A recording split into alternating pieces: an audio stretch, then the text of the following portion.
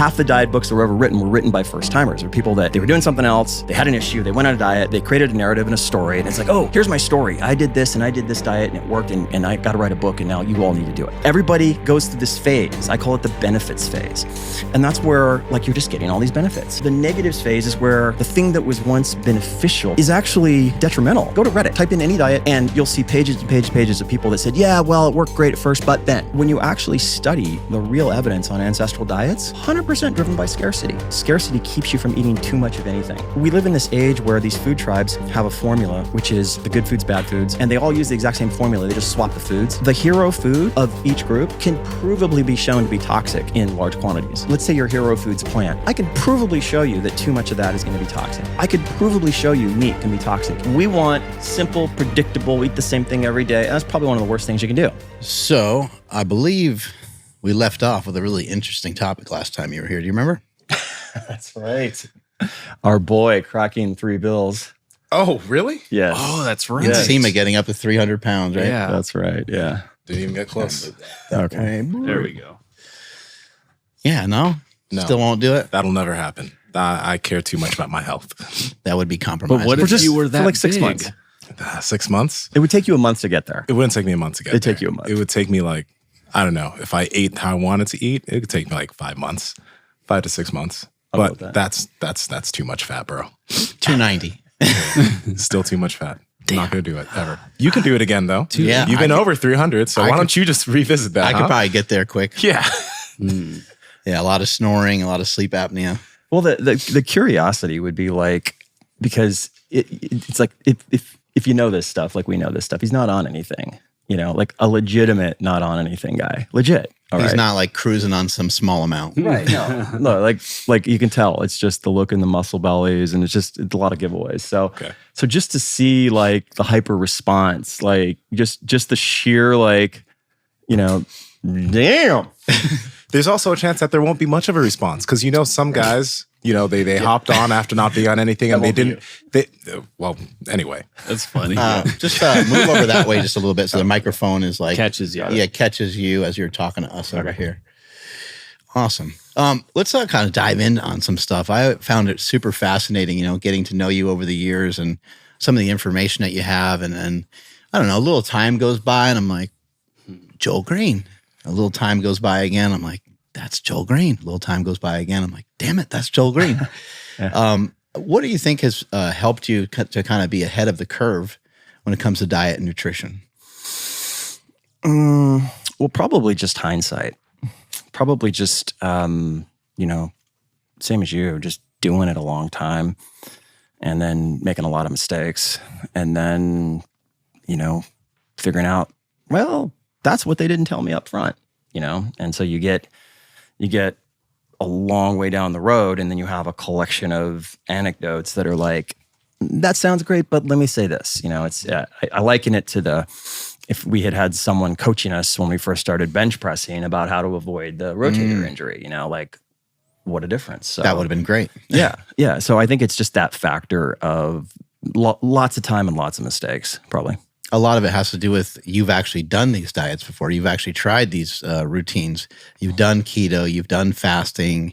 I remember you telling me years ago, I was like right in the middle of getting into my own version of like over fasting. And you were kind of sharing your experience. You're like, that messed me up. And not only did it mess me up, but it messed me up for a handful of years. Yeah. So there's a natural kind of honeymoon period that happens with a lot of diets. Doesn't matter what diet someone adheres to, if they are going from nothing and then now they're going to something, they're probably going to be touting that particular diet. Yeah. And that might last for 6 weeks. It might last for 3 months, but over time, it gets to be difficult to count the calories and to do all the steps. Yeah.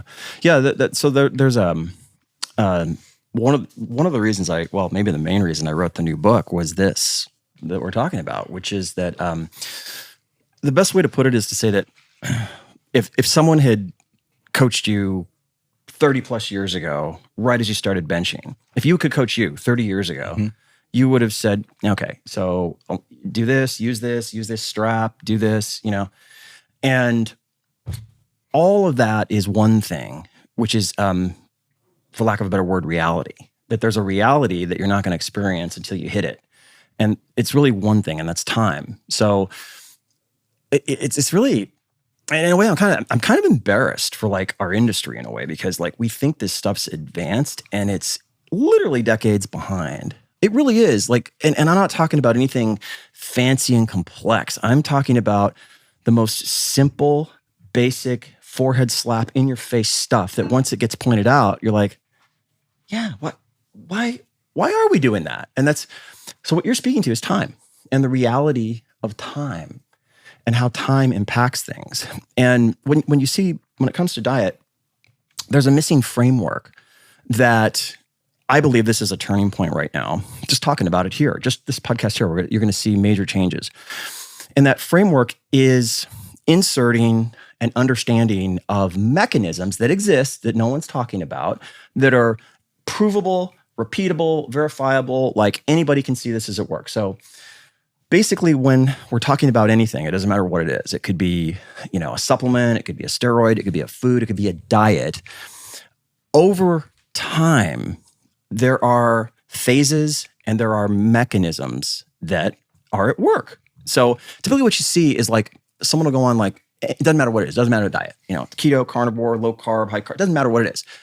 In fact, in the new book, I call it first timer syndrome. So basically it's half the diet books that were ever written were written by first timers, or people that like, they were doing something else, they had an issue, they went on a diet, they created a narrative and a story, and it's like, oh, here's my story. I did this and I did this diet and it worked, and I got to write a book, and now you all need to do it. And then you have kind of, you have what's known as emergence, which is in large groups of people doing dumb stuff in bigger numbers. Okay. and so what you see is everybody goes through this phase. I call it the benefits phase. And that's where like you're just getting all these benefits. And you see this all the time. I just saw this on Twitter. There's an influencer who just went on a carnivore diet, and she's like, oh my gosh, I'm getting all these benefits, blah, blah, blah. Does anybody know what's going on? And I'm like, that's the benefits phase. But then there's what they don't tell you is there's other phases. So the adaption phase is kind of in the middle. Now that could be 6 months, it could be 3 years down the line, but there's a phase where the attenuation happens and it's not really working like it used to, but it's not bad either. Okay. Then there's the tail. The tail is the negatives phase. Okay. And the negatives phase is where the thing that was once beneficial, the thing that once was transformative, is actually detrimental in many respects. And this is like, go to Reddit, type in any diet and type in messed me up or something along with the diet. And you'll see pages and pages of people that said, yeah, well, it worked great at first, but then, okay. And but then is a code word for dose and duration. How long did you do that for? Okay. What's never been talked about is there are actually mechanisms that can be inventoried and quantified, that we can actually just list what they are. And again, like this isn't rocket science stuff. This isn't like, oh my gosh, you're so smart. You made this, like, wow. This is like stupid forehead slapping in your face. So the first mechanism is attenuation. Over time, everything just tends to attenuate. It doesn't work as well. Okay, that's true of peptides. I've never done steroids, but it's true of steroids, I've heard. It's true of supplements. It's true of maybe a food really works for you. Maybe your eyes, maybe your wiener. Something, yeah, everything. So, and there's mechanisms involved with attenuation. Insulin's a good example. So you go on, whatever, pick it, high carb, low carb, doesn't matter. You go on a diet and there's an improvement in insulin sensitivity. But over time, depending on what you're doing, the insulin receptor can attenuate, it can downregulate, okay? So that's a mechanism. It's a real thing, and we can say, yeah, things definitely attenuate over time. That's real. You don't need to be like, an astrophysicist to see that that's real. The next is degradation. So over time, something can degrade if you do too much of something. An example would be, there's several examples. Easy one is the gut lining. So if you do too much fasting, in the benefits phase, you make more of the bacteria Akkermansia. So Akkermansia is a gut symbiont. It eats the mucus layer. And in moderate doses, that's good because it stimulates genes to make more mucin to thicken the gut layer. And so it's good. Quick question about that. When you say fasting, do you mean like 2-3 days, or do you mean like shorter term fasting? What do you mean when you say that? So that's a good question. It ties into this. Basically, we're talking about a dose level that is different for everybody, but what we could say is that you're getting closer and closer to what we call starvation. Okay. So at some high level, starvation and fasting are the same thing. In fact, when you look at the studies on starvation, 1-to-1 gut dysbiosis for starvation. 1-to-1. Okay. So when you look at extended periods of fasting where it's becoming closer and closer to mimicking starvation, what do you see? You see gut dysbiosis. Why? Because you're getting an accumulation of acromancy. You're getting too much acromancy, too much eating the gut lining. Okay. So accumulation is another force of time and not difficult to verify. That's a real thing. Okay. The next is degradation. Okay. So if you do something too long, that was accumulation, degradation. Yeah, degradation. So degradation means that something's just degrading over time. So the gut lining, you can get an accumulation of acromantia and a degradation of the gut lining. Make sense? Mm-hmm. And I'm just not cherry picking an example here. I mean, we can go down the line. Another example would be over time in the vasculature, you can get an accumulation of oxysterols, okay? And then a degradation of the vasculature. And then that changes the whole equation, changes everything. So saturated fats never used to be an issue. I could eat them until the cows come home. I ate this one diet. I did it for years and years and years. And now something's different. I don't know what it is. Well, it's called accumulation and degradation. You accumulated a lot of oxysterols. Those influence the vasculature. And there's a degradation of the gut lining. And now you can't handle saturated fats. You can get insulin resistance from any macronutrient, I heard you say. Yeah. Mm-hmm. So you can get it from protein, you can get it from fats, you can get it from carbs. Yeah, that's a shocker. That's okay. So when I said I'm kind of embarrassed for the industry, this is the reason why. Okay, there literally are people today that believe that there are certain things you can't get too much of. I mean, people listening to this right now would be like, "No, dude, that's not true protein, bro. You can't get too much protein or saturated fat. No, dude, no, you can't get too much saturated fat. We know that. Well, so." Or omega-3 fats. Right. Pick whatever. Yeah. So this brings us to something, again, that's a reality. That we're disconnected from. The reality is homeostasis. And the disconnection is that too much of anything can break homeostasis. So, and it's, again, you don't have to take my word for it. There's tons of research on anything. We could prove it right now. We could just decide to kill ourselves right now on this podcast by drinking too much water. And by the time the podcast ends, we'd all be dead just from water. So water's healthy. But what it brings us to is this notion that's missing, which is the inherent health of a thing, a food or a diet. It's not solely defined by the food. It's defined equally by the dose and the duration. So that inherently healthy things can actually be detrimental when done in doses that are either too big or for too long. That's, again, like we're slapping our foreheads here, right? It's like, didn't need to be a genius to see this. That's missing. That's missing from diet today. So the idea here is that diet today is kind of stuck in the Stone Ages because these basic realities, time being the most obvious, are not in the discussion. So it's like, hey, you think carnivore diet's good? And the answer, the best answer is at what point in time? At what point in time? I think it's fantastic up front. Depends on the dose and the duration. Is keto good? At what point in time? You know, here's this will really inflame people. Is spinach good? Is spinach good? You know, it's a dose duration question. Yeah, spinach is healthy. There's all kinds of health properties in spinach. It's got nitrates in it. We need nitrates in the diet. The issue becomes dose and duration. Too much dose duration, then you can have oxalate issues, right? But by itself, it's not inherently unhealthy. It's the dose and the duration that are the problem. And what we see today is there are entire food silos, food tribes that have sprung up around a switcheroo. So the switcheroo, we call that conflation, to use big words. The switcheroo is they are conflating the inherent health of a thing with the dose and the duration. So we have these whole schools of thought. Like one side is like, oh yeah, bro, no, you don't want to eat green plants, man. They're bad, bro. They're bad. They got oxalates, they got phytates, they have all these things that are bad. Don't eat those foods, okay? Which is easy to debunk, but that notwithstanding, the issue is not the food, it's the dose and the duration. And then the other side, you have the same argument. You just swap the foods. So the whole industry today is insert food, insert pathology, and then build a following. So no, you don't get it. No, meat's bad. Insert meat, insert pathology. Colon cancer. No, you have too much meat, you're gonna have iron in the gut, you're gonna have all these issues, fermentation, blah, blah, blah. Cancer, meat, don't eat meat. Meat's bad. But again, that's a dose duration issue. Like too much meat, like nothing but lean meat, 100% lean meat, that'll kill you in 2 weeks. You'll be dead.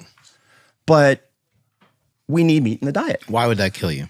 It's called protein toxicity. So basically, too much protein is toxic. And when I say too much protein, I mean a diet of 100% protein, no fats, no carbs, nothing, just 100% protein. Yeah, that'll kill you. In fact, there's some really interesting science papers that talk about. Is that referred to as rabbit starvation as well? Is that a similar category, right? Yeah, same thing. Salmon You're starvation, really not rabbit getting, starvation. Yeah. There's these really interesting science papers I've read that talk about the flux point where civilization overcame the major constraint to growing civilization was protein toxicity. So that you couldn't build a civilization until you went to farming, and then that alleviated the protein toxicity problem. And then because you downregulated the dose of protein in the diet, you could scale civilization. I mean, there's stuff on this. So yeah. I want to know about this before we continue on. You mentioned that there was a point where you did too much fasting where it actually it was. So what type of fasting did you do? Because, for example, I still use some time restricted feeding. I'll do maybe a 2 or 3 day fast every quarter, just once a quarter. Some days I'll do 1 meal. Most days it's 2 meals, right? I haven't felt anything because it's not every single day that I do any type of crazy fasting. But was this intense fasting you were doing, or was it just a little bit of time restricted feeding? Mr. N of 1. You experiencing anything is the falling point in the bell curve. But I mean, I still eat enough. You know what I mean? That's why I'm just wondering, at what point does this have diminishing returns? It's different for everybody. But what I would say is that if you're in that camp of I'm going to do OMAD or I'm doing 3-4 day fasts every week, you are in a probability quadrant of beyond 6 months, a year, having much more likelihood of issues. That's intense. Yeah. Yeah. So for me, what happened was about 2011, and I kind of got into the fasting autophagy thing, and I was taking a lot of stuff. I was taking a lot of autophagy accentuators like berberine and fisetin and all this stuff. And I just, first of all, I was always sore, and I got really small, and I couldn't recover, and I just had too much autophagy, really, which kind of one of our outcomes from fasting is it slows mTOR and you get more autophagy, and too much autophagy is not good. And I just had way too much going on, and one day I just really noticed it, and I was like, "What's going on, man?" I'm felt frail. Yeah. Okay. And then when it comes to too much protein, just for people that are listening, they could, put some context to it. Is this, somebody that's doing 1 gram, per pound of body weight, and they're doing it, for the last 10, 20 years, or are we talking about larger dosages of it? Well, the best answer is at what point in time. So one thing to consider is you're losing kidney function 1% per year over 50, 55. Okay. So your kidney function is going down significantly. And so the question becomes a lot more relevant later in life. Earlier in life, there doesn't seem to be a lot of constraint because everything's working. Later in life, it does become much more of a consideration. But generally speaking, what's interesting is in the research, high protein is defined as 30 to 35% of diet. Well, that's nothing. I mean, I know lots of people on 70, 80% protein in the diet. Very, very high protein loads. Are you going to die from that? Probably not. Is it optimal for health long-term? Probably not. And in terms of grams per day, again, at what point in time? So there are periods when a really good run at hypertrophy really is necessary, makes a lot of sense. And so you need a lot. You need 3.5 grams. You need over 3 grams. You need a lot of protein. You mean 3 grams per pound? Per kilogram. Per kilogram. Okay. Per kilogram, yeah. That's quite a bit. Shit. Yeah. Yeah. Well, I think that the research has shown the maximum hypertrophy is above 3. That's where you're going to get the maximum yield. But other points in life, there's other things to think about. So at this point in my life, I have days that are more foraging foods, very, very little protein, and then I have days that are very high protein, very much feasting foods.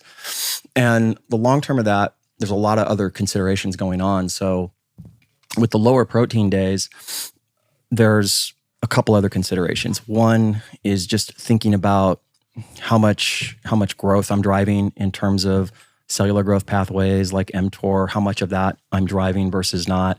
And at this point in my life, it works really well for me.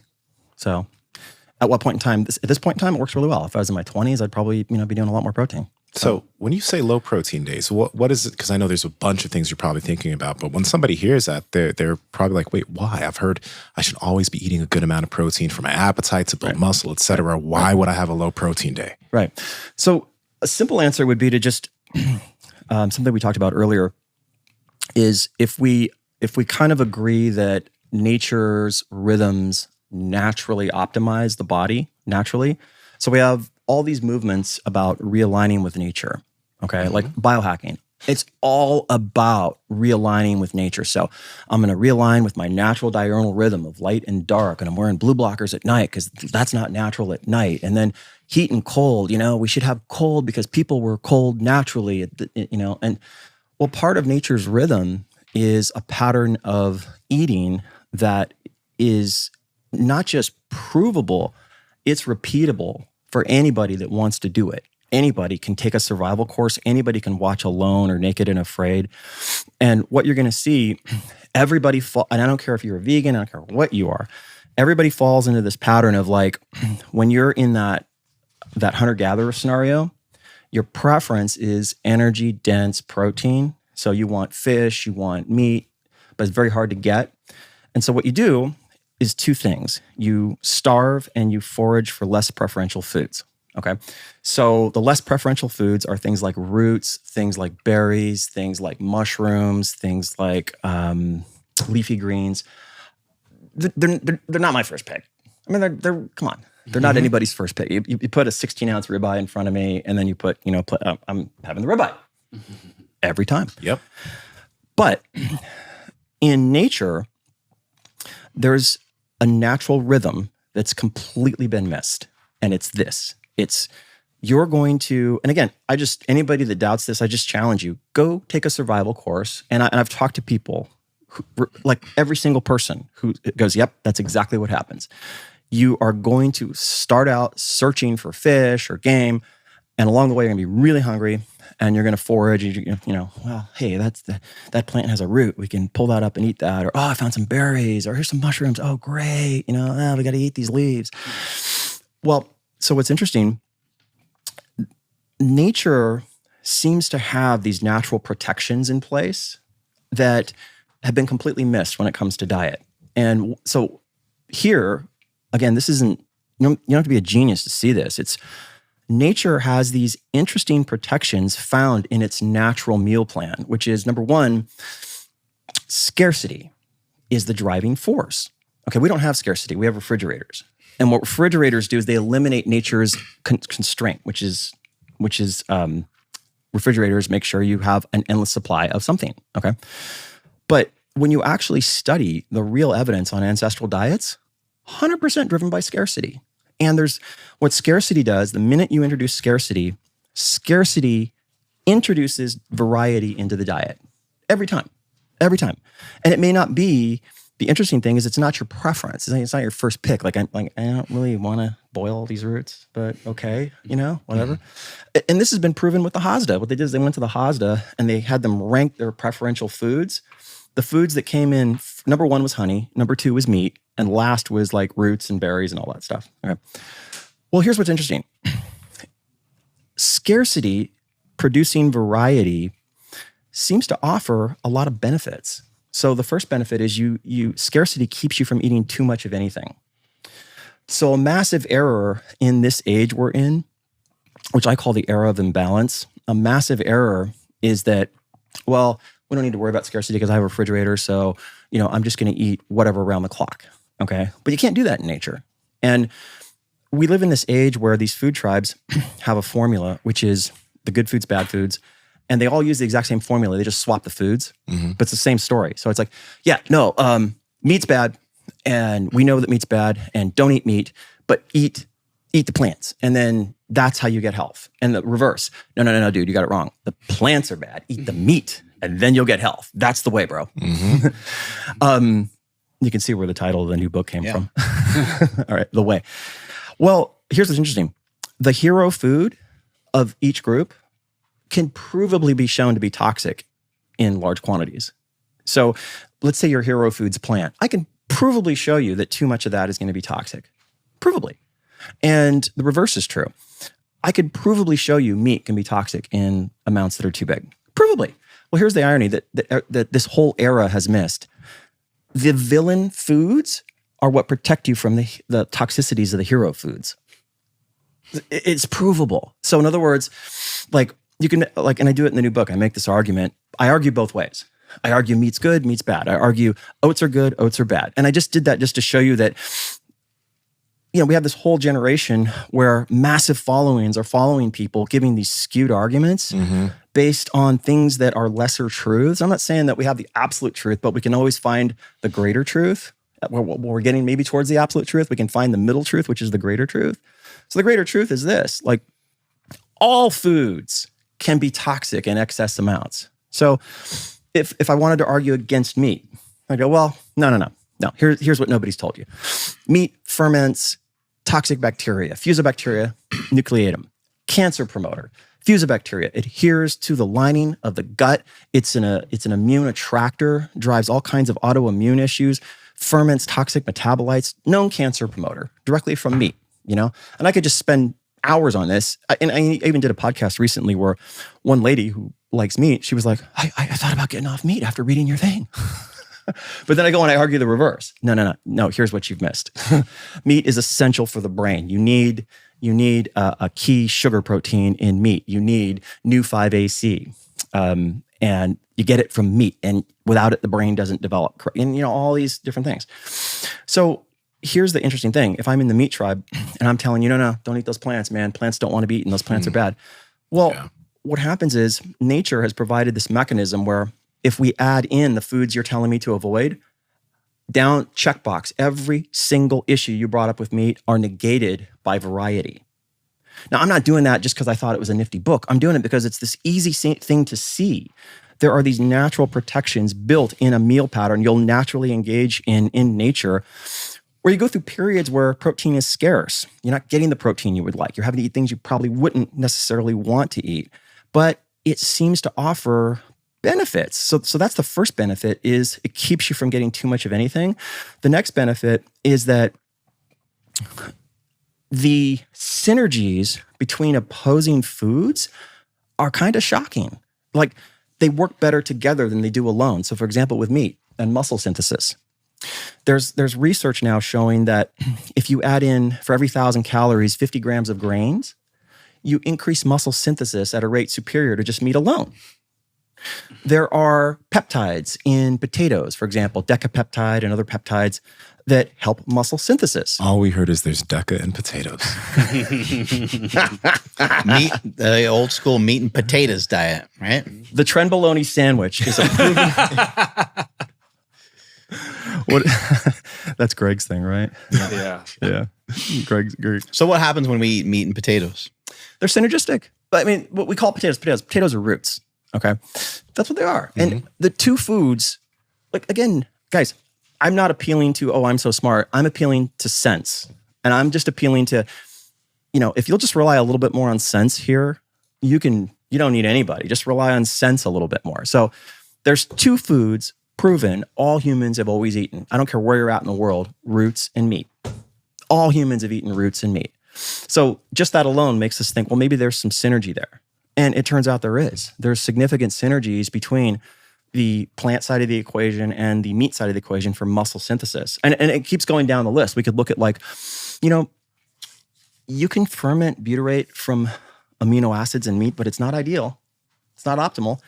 It's very different. What you're going to get is, if you ferment butyrate from saccharolytic fermentation, meaning from starches, you're going to get your end products are going to be antioxidants, and then you're going to get the optimal ratios of the short-chain fatty acids, the optimal ratios of butyrate, propionate, acetate, okay? Because there's an acetate salvage pathway in the production of butyrate that goes back and adds on a little bit more butyrate, completely changes. When you start fermenting amino acids from bacteria that ferment aminos, it changes the whole equation. So instead of getting those same ratios, you're going to get propionate, acetate, and butyrate in different ratios. you don't get the same concentration of antioxidants, and you get ammonia. Okay, so in other words, your goal is to bake a chocolate cake, and if you use these ingredients, you get the chocolate cake. But if you use these sugar substitutes and these other ingredients and this gluten-free thing, it's not the same. It's very different. And so fermenting butyrate from these plant types of fibers is the optimal form. And what that does is it complements the aminos that feed the intestines. So the intestines need amino acids. They need meat. And so you get the perfect balance.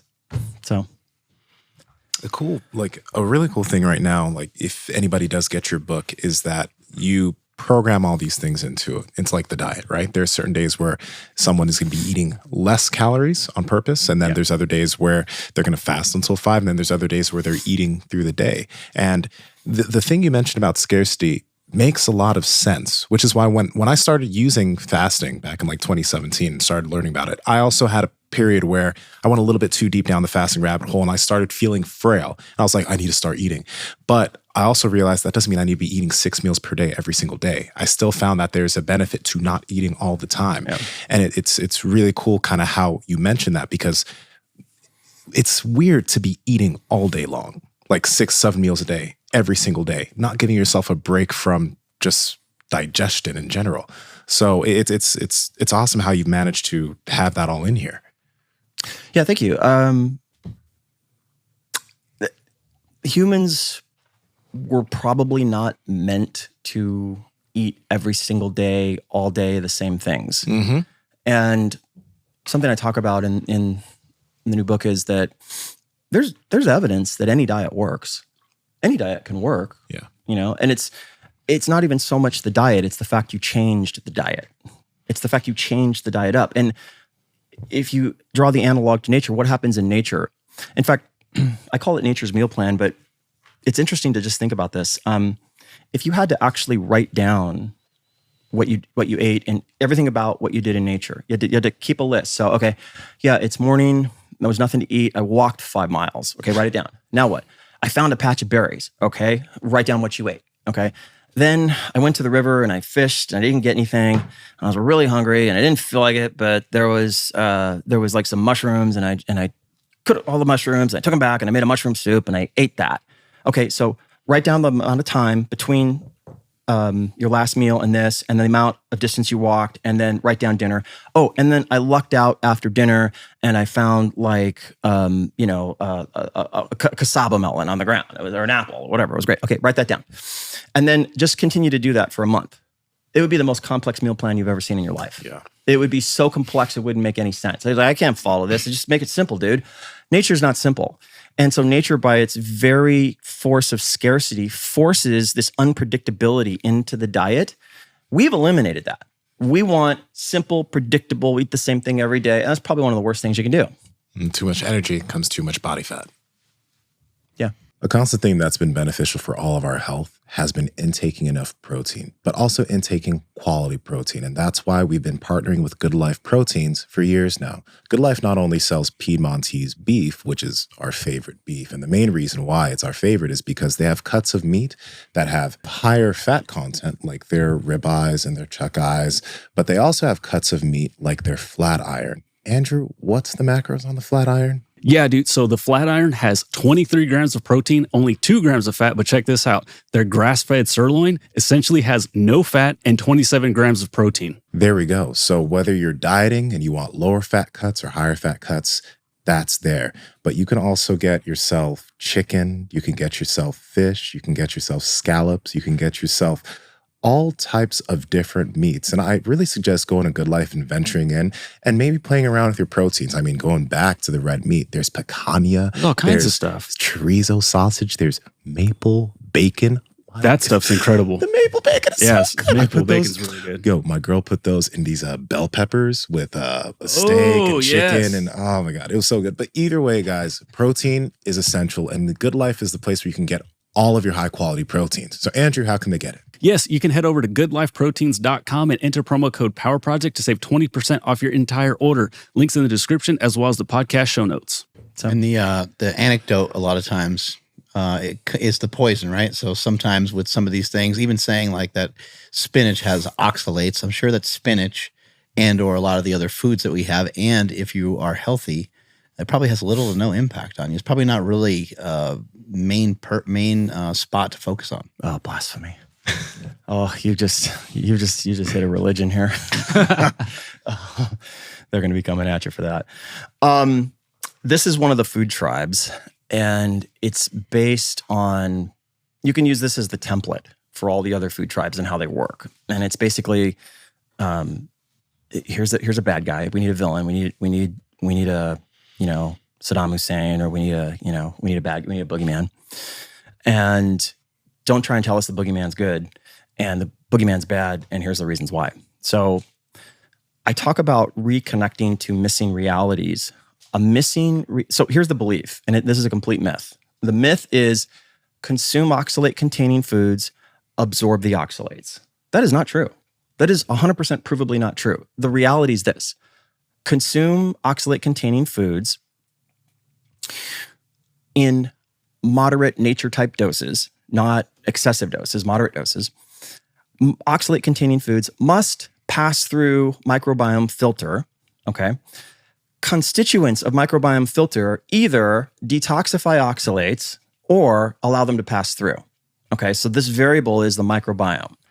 There is a whole ton of new research on this. Basically, the net of it is that there's something like 1,500 species, 78 lactobacillus, 38 bifidobacteria that have the power to degrade oxalates. So an optimized gut can detoxify oxalate-containing foods, so that you get the benefit of the food. Now, this is where the switcheroo comes in, which is conflating the food with the dose. So the problem you get into is people are megadosing, their diets that they think are healthy are megadosing too much of the wrong kinds of things, and there's not enough variety in the diet. So they're overwhelming. So in the book, I pull out a bell curve, and just to say this, it is not true to say 100% of people eating oxalate-containing foods will develop pathology. That is not true. It's provably not true, okay? It's equally not true to say optimized microbiome will prevent 100% of people from absorbing 100% of oxalates. That's not true either.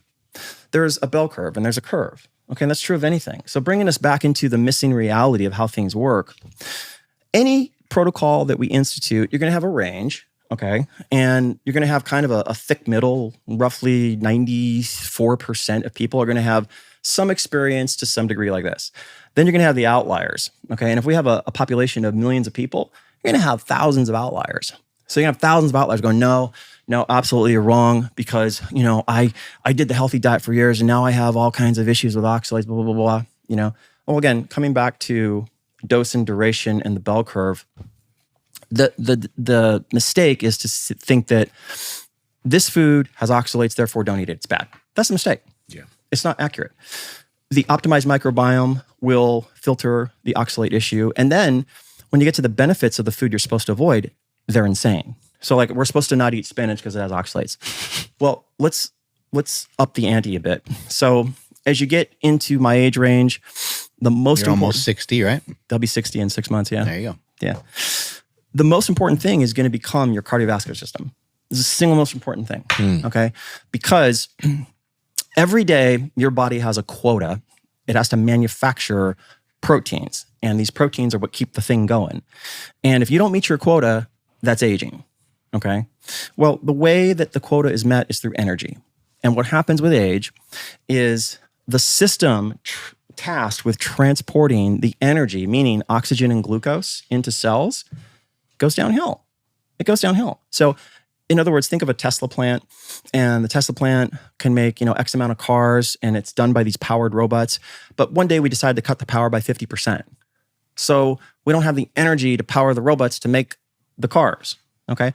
That's the analogy of aging. And so what's happening with age is the cardiovascular system is undergoing massive transformations. Number one, you're having an overactivation of probably the most important enzymes in the body, the NADPH oxidases, or the NOx enzymes, okay? They're going to turn up, And these are free radical producers, the only enzymes we know of that make free radicals. So when they turn up, it disrupts everything. It disrupts insulin function. It disrupts the actual vasculature. So it opens the vasculature up. And then all these changes happen. You become much more sensitive to saturated fats. At the same time, you're losing the fur that lines the vasculature. It's called the glycocalyx. So you're losing that. When you lose that, it opens up the vasculature. And then on top of all that, nitric oxide production goes down and nitric oxide bioavailability goes down. Okay? This is like the issue. I mean, really, like if you look at like, what's the issue? How can we stay young? Oh, no problem. I've got a patent on a thing that takes pluripotent stem cells and makes them, so now you're going to regenerate. Yeah, not until you regenerate the vasculature. Not happening. Okay. So it turns out one of the best defenses is nitrate-containing foods, your green leafy vegetables, because they feed the nitrate-reducing bacteria in the mouth. And these bacteria are as essential as Akkermansia and Bifidobacter is to the gut, because we lack the enzyme that we need to convert nitrate into nitrite. Well, these bacteria, they're responsible for converting 80-90% of the nitrate that we take in into nitrite. And so we can look at these green leafies that are so evil and go, oh my gosh, we shouldn't have them because oxalates. Yeah, but the other side of the equation is they're one of our best sources of things that are going to stimulate nitric oxide and keep it bioavailable. And so they have a place in the diet. Do they have a place where we're eating too much? No, absolutely. There's a dose duration equation. And if you have pathology, like you've been sick for years and overdosed on oxalates, yeah, you need to lay off and you need to heal yourself and stay away for a while. But generally speaking, the way nature set things up is that if you were in nature, it's going to force you to get small amounts of a lot of things. And the cumulative benefit is kind of what we need. So you said that if we have a healthy gut microbiome, then we shouldn't worry about these oxalates. But what if, I don't know, we're feeling a little sick? So again, dose and duration becomes important. So as long as you are not overdosing oxalate-containing foods to massive amounts and you have a tuned microbiome, it's really not an issue. In fact, there have been science papers talking about, how did cavemen and ancestors, they had so much oxalate in their diet? How come they weren't sick? And what they come back with is, well, they had the microbiome that degrades them, but we don't have that anymore. And then when you look at that issue, it's like, well, that's actually not true. You can actually spin that microbiome up. Okay. So a sane, reasonable discussion that plugs us back into reality is variety in the diet, including these types of foods that have all these benefits. Another one is phytic acid. You better have that in the diet. You get that from green leafies. Done in moderation is incredibly beneficial. Done like to extremes for too long, yeah, it could be detrimental, but that's true of anything. And then does it matter like if it's cooked or something? Does that because you hear about like, oh, don't cook the nutrients out of the green leafy, whatever it is. Does that even matter? Yeah, it does. So you can actually degrade oxalates by cooking. That helps, and then the microbiome helps. And so there's a lot of additive factors that can factor into the equation. But I think the main takeaway from this is just that I think Ben Pakulski puts it really well. He calls it looking at the world through a straw. So as long as you're not looking at the world through a straw, there's other issues. Like it isn't just, it's also the cardiovascular system. It's also this, it's also that. So there's a big picture. But if you want to make it simple, again, you'll find the perfect diet. Go do a survival course. It'll teach it to you really fast. So, okay, this one's really cool. And I'm really excited to talk to you about this one. But we can control immune cells with sugars. Mm-hmm. You were talking about honey not being just sugar. Yeah. Can you please elaborate on that? Yeah. I've been really loving local honey, and I've been having it like every day. Oh, yeah. And I have been feeling really good. It's allergy season right now, and I'm no longer taking allergy medicine for the first time in 10 years. Yeah. Honey's amazing stuff. It really is. Yeah. The closer to nature, it's incredible. So, I mean, it's the Haas's first pick, for foods. Yeah. You can get sick on it though. You can do too much honey and get sugar, essentially just sugar toxicity from it. But in moderate doses, yeah. So to your question though, what I call the immune-centric approach is understanding that every issue that we actually want the outcome on turns on immune cells. Like like if you want, let's say you want muscle. Well, that if you break that down and go, what's involved here? Well, that's actually an immune cascade. Okay, so post-workout, you're going to start the recruitment process for inflammation. So you have interleukin 1B is up, interleukin 6 is up, and you want maximum recruitment of the right kinds of immune cells, okay, to recover. But then 24 hours later, you want the resolution phase to begin. And so you want maximum clearance of certain types of immune cells. And when you begin to look at things this way, you walk away with really simple, like, oh, you mean all I got to do is get hot at the end of my workout? All I got to do is take this sugar the day after? Like simple things, but you're actually leveling up to a greater understanding of how things work, which, not to get too far sideways here, but an interesting thing, I was just thinking the other day, 2012, I did this engagement with a major hospital chain for my nutrition system. And I'll never forget, it was January of 2020. It was in Pennsylvania. And it was like literally a blizzard. We showed up and one of our guys was fishing in the trunk for something. I don't know. We were just sitting there like, oh, come on, dude. It was so cold. But as soon as I got there, they parked me in front of the PhD and like all the super smart people. And like, how does it work? And I was like, yeah, really good question. So, well, one of the ways we do this is through targeting the incretins. And we use GLP-1 and GIP. And they were just like, what? They're just looking at me like, what? What are you talking about? And now today, that's like, everybody listening is like, yeah, GLP. Yeah, I know. Get to the hard stuff. Okay. So what we've seen happen is this PhD trickle down has happened so fast, where before, like with DNA, it took 50 years. And now in 10 years, we've had this like these were PhDs. They didn't know what I was talking about. And now today, it's just a common term. Like, oh yeah, I know what that is. Yeah, we're familiar with that, So on that line of thinking, the notion of like targeting immune cells, it's not really that far out. Like, what's next? Yeah, okay, great. So pulling back the curtains a little bit more, if you want any outcome, like you want to get thin, and we begin to unpack that, and we look at obese people, go, what's going on here? The fat's inflamed. And they've got all these inflammatory immune cells in their fat. And these inflammatory immune cells are spreading all this signal smog, and they can't get lean until you clear up the smog. So, okay, well, how do we do that? Well, one good tool is sugars, very specific types of sugars. So D-mannose, for example. And so when you look at immune cells, what's interesting about them is they have the same metabolism as cancer cells. So when an injury happens, what T cells need to do is proliferate. Okay.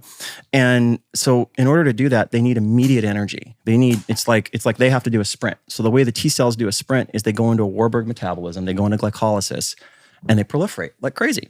Okay. And that's the recruitment phase. And then at some point you need the resolution phase. And so what T cells do is they use up tons of sugar initially, to proliferate. But then we need to kind of turn the rudder, so to speak. And one of the ways to do that is to deprive them of their food. And certain types of sugars can steer the ship, either positive or negative. So sucrose, like sugar, steers the ship towards inflammation because they're like, oh, great. This is exactly what we needed. More sugar. Yay. Okay. Oddly, cancer feeds on that because they have the same type of metabolism. But different types of sugars, specifically like sugars found in honey, seem to have the opposite effect. So honey has all these what's called rare sugars. There's turinose, there's trehalose, there's isomaltugulose, all these really specific what are called rare sugars that we really can't find anything negative about these. Like what they seem to be like incredibly beneficial to human health. Sugar. And when you break them down, it doesn't even make sense. It's like, well, this is just fructose and sucrose bound together. How is this healthy? And it just is. So one of the things they do is certain types of immune cells, they'll pick up and feed on these sugars and it switches them off from their inflammatory state, particularly in body fat. So coming back to that convo of like, hey, the PhD convo has rapidly come down to the mainstream. This is just the next level, which is understanding a few simple tricks to steer immune cells and tools that we can do that with. So food tools, one of the reasons that honey, like if you look up the research on honey, it's like actually anti-inflammatory. It's sugar, but it's anti-inflammatory. Oh, how is that? It's because it's got all these sugars in it that spin down inflammatory immune cells. That's incredible. I mean, other than like inflammatory response, like is there anything else that is just like a lesser known fact about honey? Oh, tons. Yeah, tons. My gosh. I guess one or two that jump out at you. Well, so honey, one of the things about honey is it's a great prebiotic. It's really great for the gut. And it has to do with the way that certain bacteria can metabolize the different types of sugars that are in honey. For example, bifidobacteria is a family, and that family has different food preferences. It's kind of like, we have a Rottweiler, he likes meat, but then, our Yorkie, he won't eat anything except, what's on the table. So there are certain species of bifidobacteria that will metabolize these special sugars like turinose, and when they proliferate, they do these really amazing things. Example would be, there is a species of bifidobacteria called pseudocanellatum. And this species works with the gut immune axis. And what it does is it takes wonky ratios of T cells and normalizes them. So T cells, there's different types. Like with helper T cells, there's different categories. Like you have Th1 T cells, you have Th17s.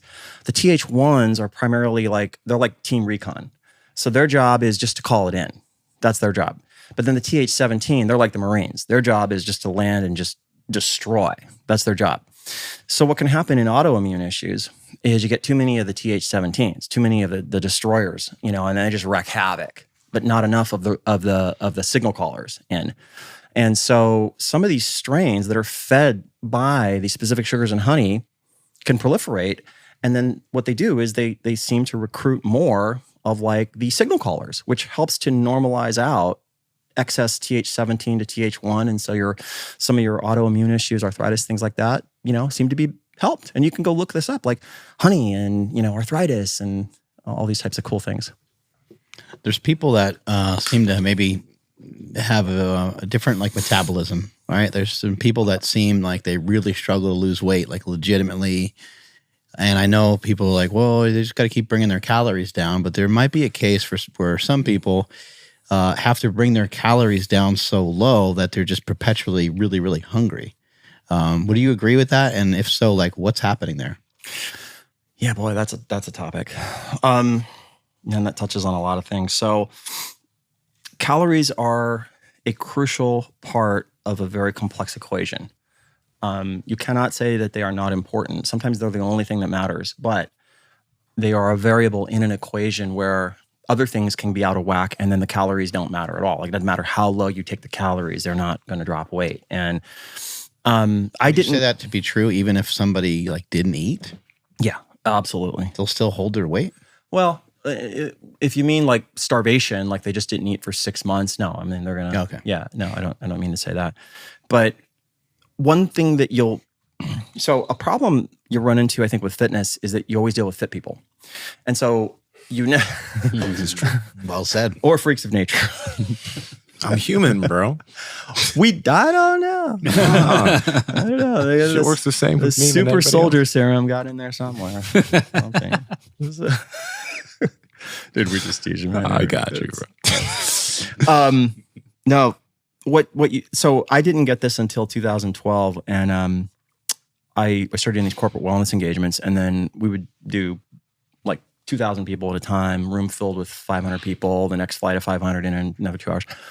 And I saw people all in their 50s. They were all just heavy and working these full-time jobs. And to a person, you go talk to them, they're like, it doesn't matter how low the calories go. I can't lose weight, So there are categories of people where other mechanisms begin to kick in. And what you see is that calories sort of are a subset of the equation. So if this issue is not there, the calories are all that matters. It works perfectly. But example would be if the cardiovascular system is on the wane and you've got cardiovascular issues, the endothelium, you have overactivation of the enzymes I talked about. Well, then insulin function is just going to be completely wrecked. And they just don't move the needle when you drop calories. And so there can be other variables. This is kind of a thing. Like it's interesting. There's resistance on this. if you deal in fitness circles, people will tell you, oh, no, it's just calories, dude. It's just calories. I used to think that until I got in these population groups and I was like, oh, whoa. Oh, I get it now. And there are population groups where there's so many other things going on. The proof of this, and it's very, very interesting, I think it's going to bubble up a lot in the next few years, is that there's research out now showing that the mitochondria have the ability to decouple energy production from energy input, okay? And this makes perfect sense if you think about it. Like, if the mitochondria needed 1-for-1 energy input to produce energy, we'd all be dead, because there are fluctuations in energy input. But the mitochondria seem to work kind of like they have gears, or the engine works at different levels, where the mitochondria can throttle ATP independent of increased energy inputs. So in other words, we need to keep a steady energy output. That's a mandatory for the body, but we don't have the energy available right now. No problem. We'll go into this mode to throttle ATP. So this is just a me thing. I don't know if this is correct. I think it might bear out in the next few years. My suspicion is that when we are young, the mitochondria, their ability to throttle ATP output is much more robust. And when we get older, it's like you lose that gear. You can't kick down into that gear anymore. And so they lose the ability to essentially throttle energy production. And I think that, again, it's just me, but I think it's going to be a thing. You and your ladies had an awesome night. You got dinner, or you just came back from the gym, and it's time for that fun time. But you look down at your willy, and, well, it's not working the way it should. Where's that blood flow? Well, that's where Joy Mode comes in. And I can read you these ingredients right off the bat because they're all natural ingredients: L-citrulline, arginine nitrate, Panax ginseng root, and vitamin C. The thing about Joy Mode is you just slip this baby into a little bit of water, drink it in 45 minutes later. When you're getting ready to go to the Pound Town, you will be ready to rock. And you know what I mean by rock. Joy Mode's really awesome because there's a lot of things that people promote as far as sexual wellness tools, but there's a lot of weird ingredients in there. These are all natural ingredients that's going to help your own production of blood flow. Stick it in some water. 60 minutes later, you're going to be able to stick it into something else. Joy Mode's your way to go. Andrew, how can they get it? Yes, that's over at usejoymode.com/powerproject. And at checkout, enter promo code POWERPROJECT to save 20% off your entire order. Again, usejoymode.com/powerproject, promo code POWERPROJECT, links in the description as well as the podcast show notes. Do you, because I know probably with the practices you have for people in terms of sleep, you actually have practices for cold in this book. All these things have an effect on mitochondria, but what are some things that you think can, maybe that weren't included in the book, or things that you'd suggest people do to improve their mitochondrial health? Just general concepts. I'm just trying to think of like a few simple big things apart. So okay, it's just, the most important thing I think is a 48-hour cycle. That's what I think it is. Okay. And it's that you're going from that foraging fasting cycle into a feasted cycle. And in that process, you have a fast that is augmented by technology. So there's two variables. One is the foods you're taking in, mimic foraging foods, which are synergistic with AMP-K, with all these fasting mitochondrial growth pathways. And then you're using modern technology like supplementation and cold and all these other things to kick fasting up a level. And I just think that repeated practice over years and years and years and years is probably the core thing that I would do. I don't think it's a supplement. I don't think it's, obviously red light's helpful, but the sheer weight of inputs is going to be the thing at the end of the day. So like, it's like reps. Like some people just have more reps in, and sunlight. Yeah, sunlight's huge. Yeah, the light's huge, but I don't think that. Here's the interesting thing. Some of the strongest populations in the world have very little sunlight. True. You look at the Nordics, you look at the Scotch, these people that are always just blowing out these strength contests, freaky strong people, they get 2 months of sunlight a year, but they're some of the strongest people in the world. So because they have so much like darkness on the inside from being depressed because they don't have the sun. we're both Scotch, so that's They can draw upon that. But you would assume that cold has quite a bit to do with that. Cold and probably like the diet over there. What are your thoughts there? Yeah, so it's not any one thing. It's the combination of things. So if you look at what nature's doing, then nature's rhythms are bringing together several things all at once. So in nature, what you're doing is, let's just go down the list. You're expending energy to get food, so you're exercising. You're going through periods eating less preferential foods that spin up these bacteria that help the mitochondrial and help all this stuff. Then on top of that, you're getting cold. Then on top of that, you're getting sun. Then on top of that, you're having periods where you feast and sleep really, really well. And so I think it's the cycle itself, not any one thing. And so it's this pattern that nature seems to put on us, and that to me, I would say is the cycle, the pattern. Yeah, I believe the circadian rhythm too. I think we have a tendency of thinking like when the sun goes up and when the sun goes down, but I think the circadian rhythm is in reference to anything consumed in a day, whether you're going outside or whether you're eating food, or it's inclusive of all things. That's such a great topic. What we have not really adequately factored in is how food drives circadian rhythm. So we figured out light drives it, and then there's sort of all these pejoratives, like how you food gurus don't get it. But the other side of that is that food, I mean, you can verify this. Just go feed, if you have a little nephew, a baby, go feed him and watch what happens. Just out, right? Instantly. So food entrains the circadian cycles. Like if you have a problem going to sleep, the number one cure, have a giant breakfast. You'll reset your clock. It's provable. Just go have a giant. I have a client who we've tried to do fasting and can't do it, like because he needs that big breakfast and he sleeps like a baby. But if we take that breakfast out, he doesn't sleep. So food entrains sleep cycles. Big breakfast helps your sleep. That night, pretty much. Yeah, helps. And then you're trying to maybe avoid having too much food before you go to bed, or you don't have restriction on that. It would depend on what you need. So the first part of the equation is if you're having an issue with sleep onset, increase your breakfast. Get in a big breakfast. In the morning? Yeah. Okay. In the morning, yeah. That'll entrain the circadian clocks. Then if at bedtime you need a little extra oomph, grilled cheese, baby. Yeah.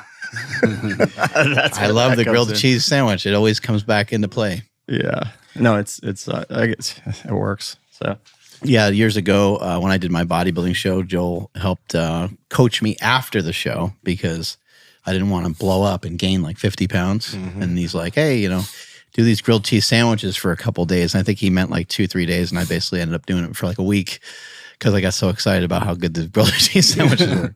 But it worked well. I have like a line of testimonials, like 3 pages thick on that. Like, hey, dude, it worked, man. Like I slept better. Yeah. Did you guys try the mac and cheese yet in the new book? Not yet. You got to give that one a try. It's even better. But what is this about the grilled cheese that makes a difference? Because when some people, like for example, if I have a big meal before bed, obviously my sleep quality is not great. Yeah. Heart rate's always a little bit higher, all those things, right? So what is it about a grilled cheese that makes a difference for people's sleep quality? One's the size, so it's not a big meal. And there's some interesting research on this. What it talks about is a small high glycemic meal at bedtime. Not a big meal, but a small meal can help. Yeah. The other thing has to do with insulin signaling and leptin. So basically like getting a nice little pop of insulin will drive leptin. That'll help you go to sleep. They'll drive serotonin. The other thing is just dairy in and of itself has all these really like unique sleep peptides. So dairy has some of the most powerful sleep peptides. And I can't recall the name right now. They're like a combination of alphabet letters, but dairy is fantastic for sleep onset. Just milk? Yeah. Well, the old, warm glass of milk and boom, out. Yeah. Dairy's amazing stuff. I mean, dairy, like when I've had a lot of people come at me and like, oh, you're just a paid shill for the dairy industry. And I wish I was. I mean, but no, dairy, oh gosh, it was about 2006. I'd been one of the, oh no, you got to avoid dairy, and then I started doing the research on it. And it's like, after a while, the argument said, oh, it's just the dairy industry paying for it. It's like, no, it's not, man. Like when you begin to break dairy down and look at the peptides in dairy. Like there's two peptides, there's IPP and PVV. These are some of the best cardiovascular peptides you can get. So they directly suppress angiotensin 2. Angiotensin is a vasoconstrictor, and they help the vasculature. They help all kinds of things. There's an enzyme that basically disintegrates GLP-1. Dairy blocks that enzyme. So that's one of the reasons cheese makes you so full, is it helps GLP-1 stay around longer. I mean, it's just, you can go on and on. Dairy has what are called bovine-mediated exosomes. So exosomes are vesicles in food that contain little bits of programming. So the BMVs, the bovine-mediated exosomes, they actually accumulate. And unlike a lot of things, the accumulation of these is beneficial. It's actually beneficial. So as you accumulate BMVs over time, they have all these amazing effects. One of them is preventing cognitive decline and Alzheimer's and things like that. So the issue that we've had with dairy that I talk about a lot in the book is just a food grade issue. So that, and this is pretty fascinating stuff when you trace the history of this back. And I give credit to a guy I hung out with a little while back who's doing some cool things with dairy. And long story short, it turns out that when you look at the history of dairy, prior to about the 18th century, raw milk was the go-to. It was the go-to. So everybody had a cow because in the worst case scenario, you get some raw milk and they'll keep you going. Like 100% nutritious, like everything's great. Then what happened is the Holstein explosion happened. And so basically two things happened. One is the refrigerated rail car changed everything. So the refrigerated rail car changed the whole thing of like your food was 15 minutes from you. And now with the refrigerated rail car, you could ship stuff, okay? And then when that happened, the emphasis on the Holstein cows happened, and there was a selective breeding effort on quantity over quality. So if you look kind of or you look at different types of cows other than the Holsteins, what you find is like, wow, we don't need to add vitamin D. Vitamin D levels are through the roof in this milk, and we don't need to add calcium. Calcium's through the roof. I think what you're referring to is a little bit along the lines of like A2 milk, right? Yeah. Mm-hmm. That's like supposedly from our like original cows, right. Supposed to be easier to digest and maybe full of more vitamins and nutrients. Definitely is. So what happened with the Holsteins was that if you look at like kind of a native cow, it's not making 20 gallons of milk a day. And you can maybe get a gallon a day, but it's very high quality stuff. But when you take a look at like what you can do with a cow nowadays, you're getting, I mean, here in Davis, you guys know better than me, but you get way more than a gallon a day out of a cow. And so this breeding effort to get cows to produce more quantity diluted the quality of the milk. Then at the same time, what happened was there came this effort with regard to raw milk to make kind of changes in the way that it was produced. That's when the milk sickness started. Okay, like if you look at Abraham Lincoln's wife, she had the milk sickness. It didn't happen prior to that, and so there were changes in the way that raw milk was delivered that created. So nowadays, don't eat raw milk; it's dangerous, and blah blah blah. But if you look at the history of that, it's more a processing issue than anything else. Like you go talk to native populations around the world who don't have a lot of food. They have goats and they might have cows. And if they don't have food, they've got milk. Mm-hmm. So that's good news because I like milk a lot. Yeah, same. The raw milk gets really, really expensive. It's like $20 a gallon over here. That's crazy. Yeah. But what I wanted to ask you, so people are they're tired throughout the day, and you mentioned a big breakfast to help get a good night's sleep. Is there anything else that you can recommend that people do with their diet to help like sustain energy throughout the day? Well, the number one thing is your insulin sensitivity. It's like the number one thing. And your insulin sensitivity is going to kind of, so we all have that, that person, that Brad Pitt guy, like, that guy eats anything, and he never gains a pound of fat. You're talking about insulin sensitivity. That's what you're talking about.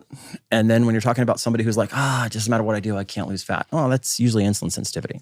So when your insulin sensitivity goes, you have all kinds of issues related to it. Number one is your body composition. You can't get it where you want to go. But the other thing is your energy levels just tank. Mm-hmm. And then, big meals tank you. And so really, this is a whole thing. We could do another podcast on it. But it's really like, if you want real health and lasting health, you got to put insulin at the center of that. And you have to put a long-term plan in place to optimize insulin. And once you begin to think like that, it changes the whole landscape of diet because, that's adiponectin, glucagon, GLP-1, GIP, and the microbiome all need to be optimized all at once along with insulin. And then that changes the equation of diet. It was like, well, no problem, I'll just do low carb. yeah, it's not going to work long term because you're gonna actually lose the number of GLUT4 receptors. You'll downregulate that. You'll probably gain peripheral insulin resistance. I mean, it becomes a different conversation once you really take insulin serious and begin to understand all of the hormones involved. Yeah, and in the short term, it might be really effective to utilize some low carb.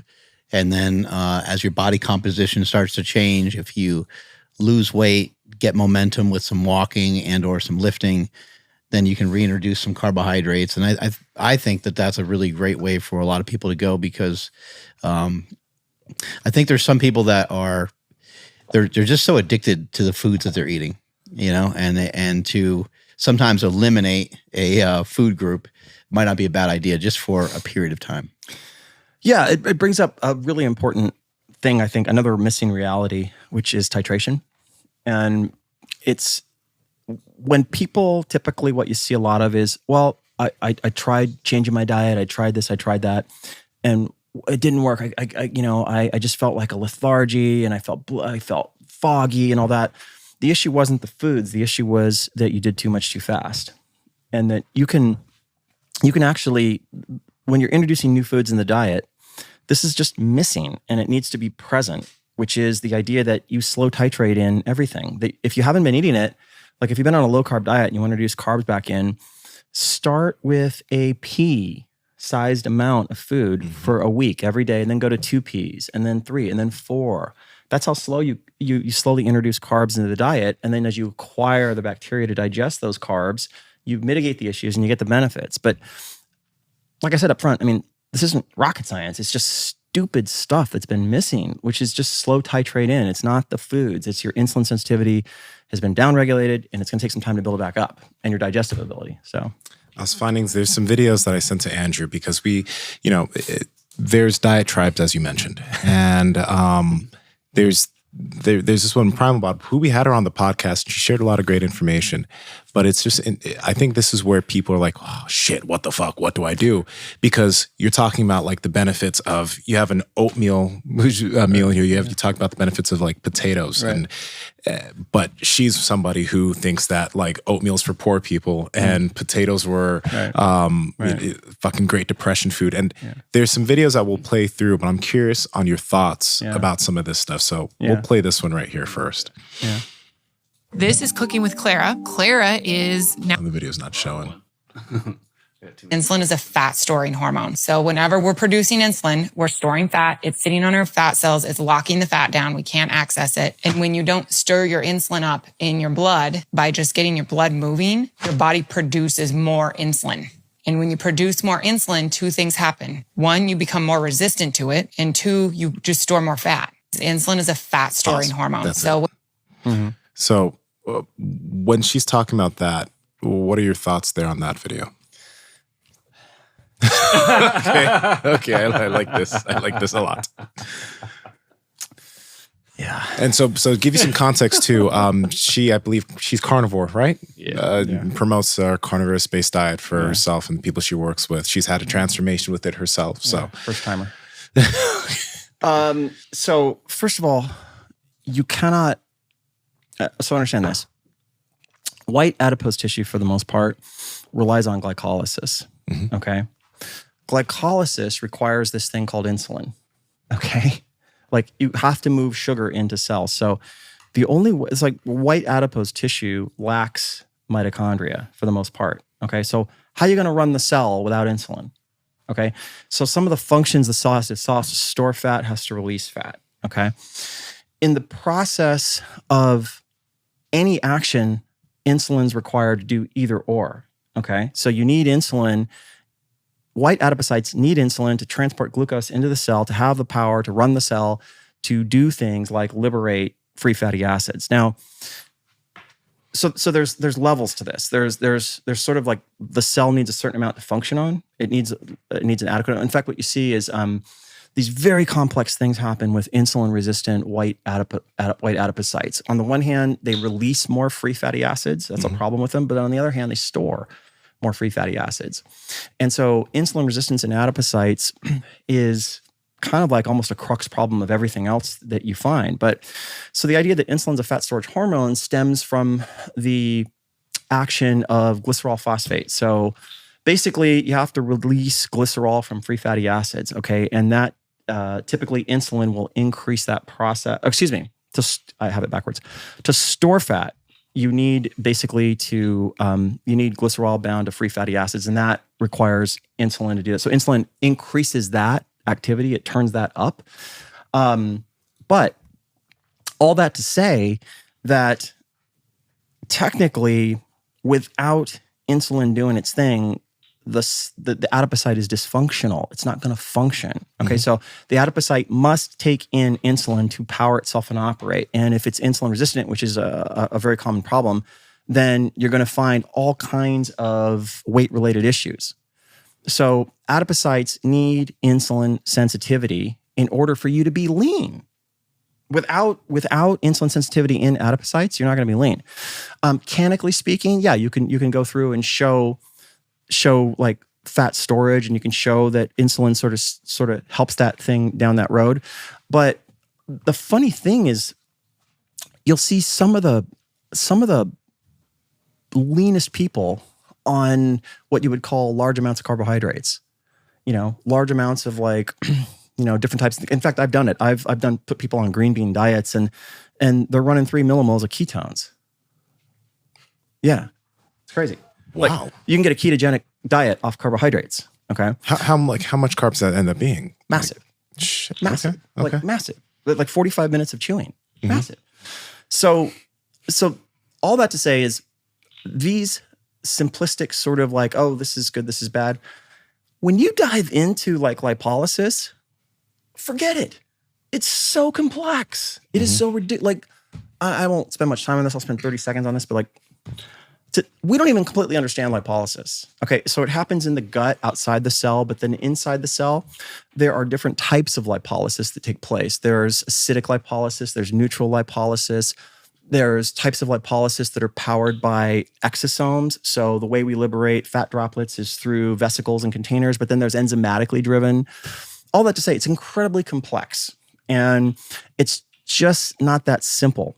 A better explanation here would be to say, if you have insulin resistance, yeah, you're going to have issues with carbohydrates. You're going to have issues. And insulin resistance in adipocytes is not a function necessarily of carbohydrates. It's a function of inflammation first.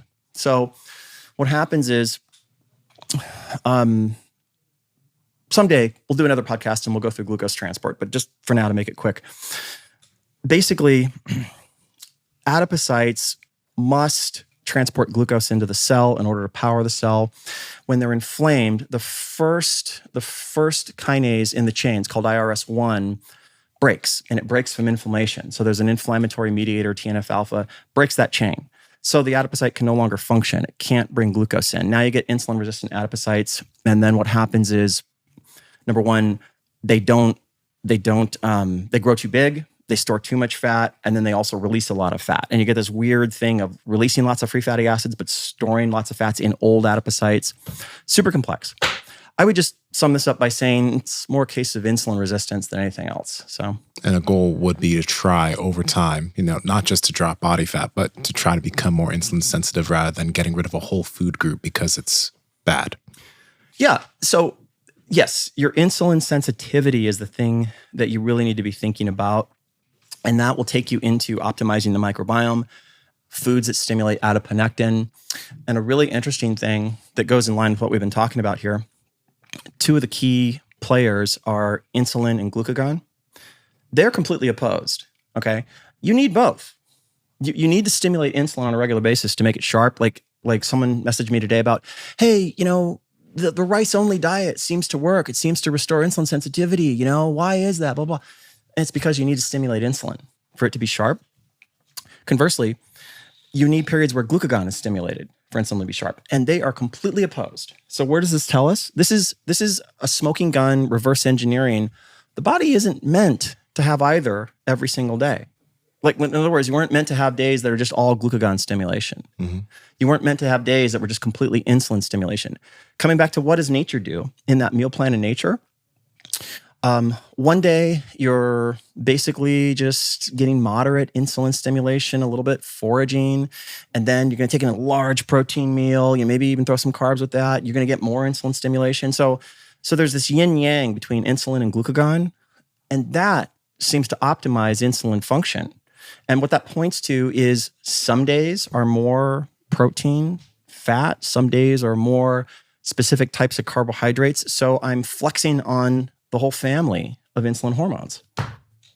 Gotcha. Yeah, I'd also say that, for some people, eating some carbohydrates can help them with better output. And if you can have better workouts, I mean, some issues some people have is that, if they're dieting, their workouts might be flat. And if they are bringing in some carbohydrates, maybe the workouts will be better. I think we undersell the value of output and the value of having all the material inside you to go out and do the thing, to go out and do the sprints, to be motivated enough to go and do the thing. And if you don't have the energy in your system and you're really lethargic, I'm not saying you can't do stuff without carbs, because I've done low carb diets for a long time and I really enjoy them and I think they're effective. But I also have learned, especially trying to go through keto and peeing on the sticks and pricking my finger and all that stuff over the years, that the best thing was for me to really avoid ketosis on a ketogenic diet. So it's still like low carb, but once I kind of saw those ketones go up, it was actually time for something new and something different, reintroduce the carbohydrates. Yeah, there's some research that just came out saying, you don't need carbs necessarily to fuel workouts. I've never found that to be true. I just, and everyone I know that, like, I think what I think is just me. I don't know if this is something that'll bear out, but I think what I've noticed is that when you initially kind of go low carb, kind of trying to drive ketosis more, the workouts are amazing, but then there's a rapid, steep drop off, and then they suck. But then when you reintroduce carbs consistently, you get your best lifts, you get your best pumps, you get your best everything. So I think that the missing variable in that new equation was just at what point in time. Like, yeah, I think up front you probably, in fact, there was a PDF I authored to Ron Penna in 2013 called Fasted and Blasted. And it was when I was in the early stages of that. Oh yeah, training fasted, look at the pump, blah. But then I kind of hit that wall and kind of just didn't, so I prefer to be fed. I think the three of us recently stopped drinking coffee, right? Significantly less. Yeah. And definitely reduced caffeine consumption. And you did something similar, but you have some espresso beans here and there? Yeah, I went off coffee completely. Why did you go off coffee completely? I'm really sensitive to it. Okay. Really sensitive. Yeah, I don't do well with it. I have low grade Tourette's. Shit. Scared the shit out of me. Can I have that big ass hand come? He told me the first time he was on the show before we went on air, and he's like, I might like blink and move around, or I might yell or something. And I was like, okay. Yeah. No, it's true. Yeah, no, it's just you see this with people that there's a lot of low grade Tourette's that I see. Like I just see it now in people that be like kind of like that, and so I'm controllably asymptomatic, but if I have coffee, it's much harder for me to do that. So, but I notice is that espresso beans don't seem to trigger that stuff. So, kind of. And what do you do with the espresso beans? I just eat them. You just chew on them or something? Yeah. How many espresso beans? Usually like 17, 18, something like that. Yeah. That's kind of a lot. In a day? You ever tried that before? I've never done that before. I just like put them in my mouth before just to like try it. Like I know some people get like a little small amount of caffeine from it. It's a little rough. Yeah, it's weird. Yeah. But I mean, it's just a regular coffee bean though, right? Like espresso it's less oily, but it's just a regular coffee bean, isn't it? I don't know, man. I'm not like... Okay, just making sure. Okay. Coffeeology. I don't... Yeah, I think so, but you're fine. Yeah. But that's interesting. Okay. And it's not like a chocolate covered one? I'll do those too. Yeah. Okay, those are really good. Those are great. Yeah, but it's like half of a bean, it's like a little like crunchy bit in the middle. Yeah. Either or. Yeah. We shot some YouTube content with you today talking about old body, young body. I just think it's a great topic, and I've been getting more into doing some sprinting. Can you elaborate on that a little bit? Yeah. So in my first book, I wrote about there's all kinds of tests for your real age, and all that. And I just think there's really one test, and that's, can you go from 0 to a sprint? Because it just separates the crowd. I mean, that's like the parting of the ocean, where if you can just go from 0 to a sprint, your body's pretty young. And when you were a kid, you could do it. When you were a teenager, you could do it, even early 20s. And then somewhere along the line, you passed the line. It's like, oh, I'm not doing that now.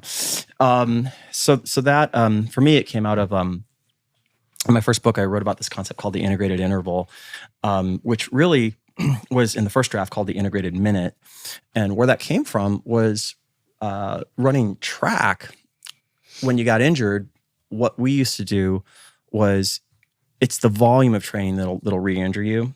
So when you're coming back from an injury, just a single all-out quarter, that was your workout for the day, okay? And you would just do that and come back the next day, do one all-out quarter.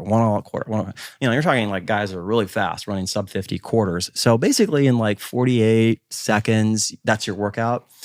And that always stayed with me, the idea that, wow, in 48 seconds, I'm done for the day. Like, that's incredible if you think about it. Like, and in fact, I've always wondered, like, if you just track someone who did 1 quarter a day every day for 20 years, probably be pretty freaking fit, and that's all they do. So that stuck with me. And when I was working a real job, and I had these 16-hour days, and there was a necessity there, which was I needed to just take a minute or two, and that's been purloined a lot from the book. I hear exercise snacks, microdosing exercise. I mean, it's definitely caught on, but it came out of working full time and needing to do something in a minute or two. And so sprinting kind of fits into that, because it takes a long time to build up for if you're not doing it. Like, you really need to take a good 90 days and just slowly train it in. I have a course on it. It's free, and just, get the mechanics right, do it in place, and then strengthening the Achilles, everything. But eventually, if you just hit it every day for a minute or two, you'll reach this point where suddenly, like, you can just kind of go out and take off, and it's kind of amazing. Yeah. And then if you just listen to your body and maintain that, you really maintain the athletic range of the body. Nothing taxes the body more than a full-out sprint. Mm-hmm. And so it's been something that's part of what I do, been part of me for a long, long time. And I'll have periods where I wangoed when I should have tangoed. I'll get an injury, and I got to go back to the back of the line and start over. And it takes a long time. But being in that tune, it's hard to describe when your body's in that tune. It just feels amazing. Amazing. Like, you feel amazing all the time. Mm-hmm. What about baby talk? Oh, that's yeah. So yeah, I think it's just that was a term I coined in my first book that just really was an attempt to just get us out of like this stupid, like there's a whole lot of stupid going on, which is, phytates are bad. Don't eat them. It's like, really? Will we talk about this one? Phytates? After. Potatoes. Phytates. Phytates they're a form of inositol. Okay, it's a B vitamin. Mm-hmm. All cells contain inositol. They contain it in the form of phosphatidylinositol. Okay. Well, so here's the thing. If phytates are bad, when you look at how glucose works in the cell, there's these different layers to get the job done. There's the canonical layer, which is these kinases. It's PIK3, IRS1, AKT. And then there's another layer supporting that called RAC-PAC. And that layer helps the GLUT4 to translocate. Then there's another layer under that, and that's the second messenger system.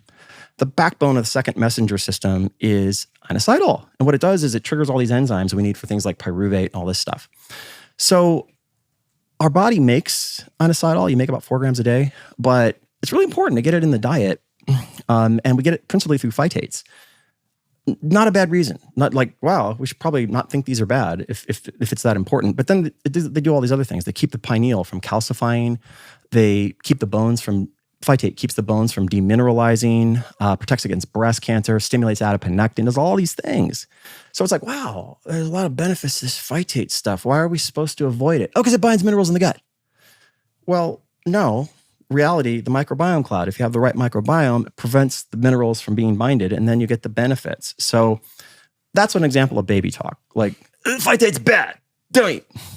But it's much more nuanced than that. So, for years on this podcast, we've been talking about the benefit of barefoot shoes. And these are the shoes I used to use back in like 2017, 2018. My old Metcons. They are flat, but they're not very wide, and they're very stiff, and they don't move. That's why we've been partnering with and we've been using Vivo Barefoot shoes. These are the Modus Strength shoe, because not only are they wide, I have wide ass feet, and so do we here on the podcast, especially as our feet have gotten stronger, but they're flexible. So when you're doing certain movements, like let's say you're doing jumping, or you're doing split squats, or you're doing movements where your toes need to flex and move, your feet are able to do that and perform in this shoe, allowing them to get stronger over time. And obviously, they're flexible. So your foot's allowed to be a foot. And when you're doing all types of exercise, your feet will get stronger, improving your ability to move. Andrew, how can they get their hands on these? Yes, head to vivobarefoot.com/powerproject and enter the code that you see on screen to save 20% off your entire order. Again, that's at vivobarefoot.com/powerproject. Links in the description as well as the podcast show notes. There's a second video I wanted Andrew to pull up, and it's on potatoes. And this is the one, this is what I'm also curious about. Because again, I think that we had Primal Bot on the show. There was a lot of amazing things in that podcast, but it's again, one of those things where it's great to get some context on certain things, because people start to believe that these foods are just bad to eat, or these, like, they're unhealthy. And maybe they might not be for you right now, but they could be something you could eat at some point. So let's let this video play. This is Cooking with Clara. Clara is now since passed away, but she does have a YouTube channel. She would cook with the Great Depression foods, and she would teach people how cooking was during the Great Depression, because she went through the Great Depression. And she says, we ate potatoes and we all got fat from eating the potatoes. We were all fat. We're eating potatoes. Potatoes are a survival food. So that is what humans will eat when there's no meat around. They eat roots. And so they ate a lot of potatoes. They ate a lot of oatmeal during the Great Depression. They ate cheap food that they could get easily. And what does she say? They all got fat from eating all the starchy, sugary potatoes. This is All right. So, first timer. Okay. Maybe some baby talk going on there. Yeah, this is first timer syndrome here. This is okay.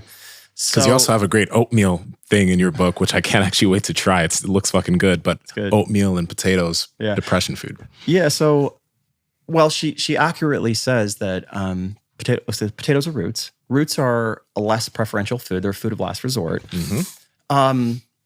I go through in the book and I actually make this. So I'll just quickly blurt through my argument on both sides just to show you like how ridiculous this is. Here we go. Okay, so I'm just going to blurt through this. So what I did in the book to break this kind of stuff was to just argue both sides. So I'm going to argue both sides, and then you, the audience, can just decide. Okay, well, like who's more convincing, anti-potato me or pro-potato me? Okay. So, okay. All right. By the time I get to the first putt, I'm gonna go anti-potato first. You're gonna swear off potatoes. You'll never eat another potato again. And then by the time I get to the finish line on that, you'll be like, I'm so confused. Yeah, thanks, Joel. You do that all the time to us. Yeah, but we're going to make it simple. Okay, so yeah, absolutely. Yeah, potatoes are toxic. They harbor a major plant defense mechanism. Nightshade, vegetables, glycoalkaloids. These toxins they destabilize cholesterol in cell walls. They impair a critical neurotransmitter that without this enzyme, acetylcholine will build up in the neurons. They lead to itchiness, vomiting, nausea.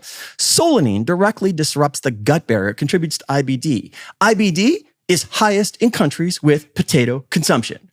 Eat that. Nightshades. Potatoes and solanine contribute to rheumatoid arthritis. In addition to containing these toxins, potatoes have been linked to greater waist circumference. And 3 different North American studies showed eating potatoes was associated with a 33% higher risk of type 2 diabetes. Do I need to go on? I probably should. That's it. Fuck potatoes. Let's no keep longer going. eating potatoes ever No, again. let's go again. Okay. Potato consumption has been linked to higher blood pressure, higher levels of triglycerides, higher HDLs, less optimal HDL to triglyceride ratio. Other studies have shown potato consumption is linked to higher risk of hypertension. Oh my God. Let's get some of that. Finally, a massive long-term all-cause mortality study with 24,856 participants found potato consumption was linked to an increase in death from stroke and cancer. And they're a source of harmful things like acrylamide. So, you guys ready to cut out potatoes? Yeah. That acrylamide gets me every time. All right, let's go the other direction now. So, not so fast. So, the first issue with toxins in solanine is the dose. It turns out in low doses, solanine is beneficial. In high doses, like with what you get with eating a potato, in low doses, like with what you get eating a potato, it's most likely highly beneficial. Studies have shown low-dose solanine and quinine act as powerful anti-inflammatories. They inhibit nuclear factor kappa beta, and they even have the potential to prevent cancer metastasis. Yeah. Wow. The problem is green or sprouted potatoes. You would need to eat 10 to 20 russet potatoes to get what's considered a toxic dose, which is, interestingly, the potato diet, Penn Teller made that one popular, involves eating nothing but potatoes with no ill effects. So the data is misleading. So contrary to the empirical data saying potatoes are associated with poor cardiovascular health, here's the real data. A Swedish study with 68,313 people over 13 years found no link between potato intake and cardiovascular mortality. A meta-review with, get this, 170,400 subjects found no conclusive evidence linking potatoes with risk for type 2 diabetes or obesities. Research on the longest-lived people in the world, centenarians, has found they consume potatoes more often than non-centenarians. In other words, the longest-lived people in the world eat potatoes. And much of the research on potatoes does not differentiate from form factors. So they don't differentiate if you're heating, if you're cooling, if they're organic. And those things have a vastly different impact. Some studies count French fries as potatoes. And now let's get to the really good stuff. That was the warm-up, okay? Potatoes are loaded with phenols. The most important is chlorogenic acid. It's been shown to reduce fat storage, increase insulin sensitivity, increase brown fat activation. Potatoes contain enzymes called protease inhibitors. They suppress appetite by increasing cholecystokinin. The next most abundant is caffeic acid. Same thing in coffee. These phenols demonstrate antioxidant effects. And now the best stuff, which is how they stimulate the gut. So rheumatoid arthritis, we talked about T-cell ratios. It turns out potatoes directly feed bifidopseudocatylatum, which normalizes Th1 to Th17 ratios. Another form is acrylamide. Well, it turns out bifidobacteria has the ability to remove acrylamide during digestion. Who do you like more, anti-potato me or pro-potato me? I think potatoes are back on the menu. I love potatoes. Yeah. So let's bring this home. And the trick here is forget guruology. Forget, you got a head full of stuff. Forget it. Let's just use, because the way home is just common sense. That's the way home here. Okay. All people, all societies, all history have eaten roots and meat. Everybody's always eaten roots and meat. Okay. Potatoes, meats, and tubers, people have always eaten them. And what we can say here is that nature will force you to eat potato-like foods, okay? Force you. So they can't be as bad as they're making out. The real issue you find is a grades of food argument. So you could have like a GMO potato, low-grade potato, but you solve that that's true of any food, okay? So nature's meal plan would include roots, which are things like potatoes. And in moderate doses, there's lots of benefits. In fact, they're highly synergistic with building muscle and lots of other things. So all that to say, common sense solves this argument. This thing, I really dig what you're saying here because, again, I'm excited to go kind of through the immunity code and like add certain things to my diet. But there have been periods in the past where like I tried a carnivore diet, but I always end up coming back to an omnivorous diet. I always come back to having different foods in because it's never made sense for me personally to just totally remove a total food group. Again, if you're maybe trying to lose a lot of weight or if you have certain things, maybe that's okay for you for a certain period of time, but it just makes sense to try to get to a point where your body can handle eating anything. For the most part, whole food. You should be able to eat berries and meat and fucking potatoes without blowing up and getting fat, Yeah. That is how we should. So the thing to keep in mind here is that the horsepower for digestion is really not in the human genome. It's in the microbiome. Nature will naturally optimize your microbiome. Okay. So eating roots and all these sort of lesser preference foods in combination with meat optimizes perfectly the microbiome. That's your best microbiome is from that. And that is where you get the digestive horsepower to handle all these things.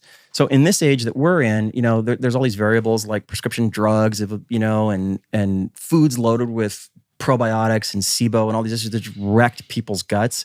So it's a process to restore the gut. It's a long process sometimes. But if you just take baby steps and slowly titrate in, the key word's just time. Like if you take your time and go slow and let nature's meal plan work for you, then if you're into aligning with nature's rhythms, you might as well consider the dietary rhythms. And I would just suggest go prove it to yourself first. Go do, or go watch survival shows. You'll see that pattern emerge. So I know you're really big on prebiotic fibers. How can people get prebiotic fibers into their diet, and what do they do?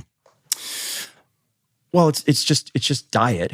So one is just looking at classes of foods. So resistant starch is one. I want to have some resistant starch in the diet. I do foraging food days, and there's variations on that. So one variation I call the ancestral pattern.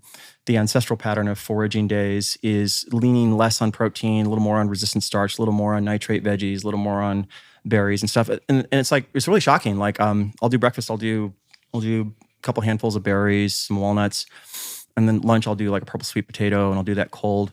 I'm not hungry. It's really weird. I'm really under-calorized, but I'm not even hungry. It's weird.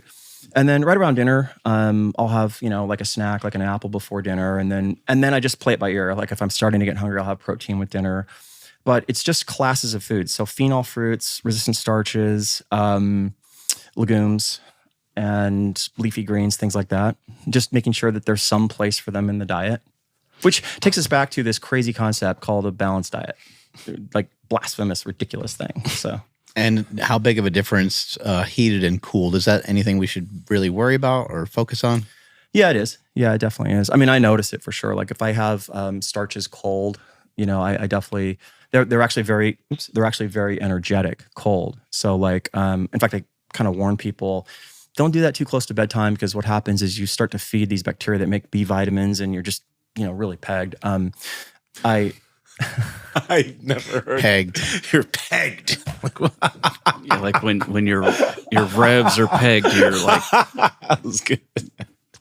You're really up. Why'd that get me so? Because pegging, of course, right before bed. Oh, you're thinking of, oh gosh, I didn't even think of that. You didn't think about that?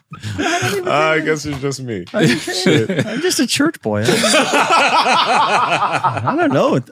Dude, every day I'm like looking stuff up. I'm like, cuffed. What does that mean? Oh, I got cuffed years ago. Okay. Wait up. Is there something about cuffed? Yeah, like you getting married, or is that? Yeah. Oh, okay. I thought there was something else. Yeah, you got cuffed up a couple years ago too. Okay. Yeah. Yeah. You're fucking with me right now, aren't you? No. You and Sam? Okay. Oh, what's the other one I heard the other day? Touch grass? I didn't know that. Okay. Touch grass, man. Gosh. Yeah. When something's heated and cooled, can you heat it back up again? I gotta remember not to use pegged. Don't use pegged. Well, maybe use pegged. Well, actually, it depends on the context. True. Yeah, if you're around adults, you're okay. So this is like probably well deserved. Someone on Amazon, like I've had a couple competitors that sell the same stuff I do, have people go write crappy reviews on my book. Oh yeah. And one of them wrote, "Is this written in Boomer?" Oh. But I kind of get it. I'm like, I wouldn't even think like, oh, you meant pegged. Oh, I meant like a tachometer pegged. Like, Yeah, exactly. Pegged all the way. it's, Yeah. it's before EVs, I guess. No, I got it right away because I'm a car guy. But yeah, Oh, so that's really something else. Okay. Yeah. It's like, Don't say that around 20, 30 something, dog. that is We're not true. ready for that shit. No, I know. But this is like a real thing. I'm like discovering like every day how far the gap is now, and I'm like, wow, what is I don't understand that. Okay. Oh, I gotta look it up. I'm in Urban Dictionary 5 times a day. That's good. Urban Dictionary's got the stuff. But the warming and heating of food again, you got to be careful with that. I think I put that in the book too. Pegged. You're like contacting your team. You're like, let's get rid of that word. Who let this get through? How dare you? It's like a little. You're going to feel really pegged, guys. This guy throws all these sexual innuendos in his book. sick bastard. But I didn't even know that word until like a month ago. Oh, really? Yeah. So I'd have been like, well, why is he laughing at me? Learn something new all the time. That's terrible. Can't be up on everything. Oh, right? No, especially in this. Oh my gosh. Haven't you guys sort of felt like the are we at the end of the world or not of this era, and everybody's so deep down some rabbit hole that we're all like, can we just hang out? We have to talk about this. Oh, it's awful. Well, yeah, if you go on like to Twitter and you find like this is the craziest thing I've ever seen, that all the comments, there's like a whole community that's been there for like 20 years. And you're like, were that like what? Like I just discovered this and this is like your thing. It's really weird. Yeah. You can find any community you want on Reddit. It's right. Yeah. Right. Mm-hmm. Yeah. It's yeah. Where can people find you, Joel? Wait. Before we go. First off, I actually am curious what Mark asked in terms of, is it safe to warm and heat up foods again? Yeah. Well, for resistant starch, yeah, the heating and cooling definitely makes a difference. You heat it, you cool it, but can you heat it back up a little bit? You want to recool it, or do you want to keep it cold? You want to recool it after you heat it. They're actually, I see. Yeah. Anyways, yeah. And then I was curious because you have a red supplement. And I don't know if there's another supplement you have too, but what is the importance of those? Because I think those are like, you did mention others, but you were talking about spinach earlier, right? And some people are like, well, can I just take a supplement for spinach or for those greens? So what should people think about when it comes to that? And what do the reds do for people?